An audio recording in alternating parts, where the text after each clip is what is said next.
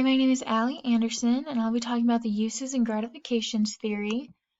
The uses and gratifications theory, also known as the U and G theory, looks at how individuals use media to satisfy emotional or intellectual needs. It asks why we use media, what we use it for, and the fulfillment we receive from it. So the theory was developed in the 1970s. It wasn't popular for a few decades, and then experienced a revival after the internet and subsequent technologies were invented. So the largest criticism of the theory is that it does not address the societal implications of media.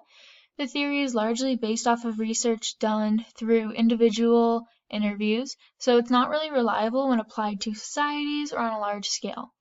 Research often stalls after researchers acquire the uses and functions of the media because they can't relate it to a large scale.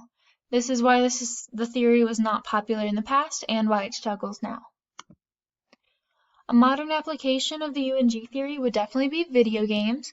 One of the first studies done regarding video games was in 1996, and it researched the effects of computer and video games on adolescent self-perceptions. Today, this is translated into studies that determine whether or not video games cause violence, and if you do any research on this, you'll find that there's no definitive answer. You'll see lots of sources saying yes, it does, and lots of sources that say it doesn't, and that's because it is based off of the U and G theory, and because it can't be applied on a large scale, because when people go through these studies, it is very much based on those individuals' interests and environment. So because of the major flaw of the U and G theory, these studies can easily be contested because they have trouble reflecting on large scales. All right, thank you.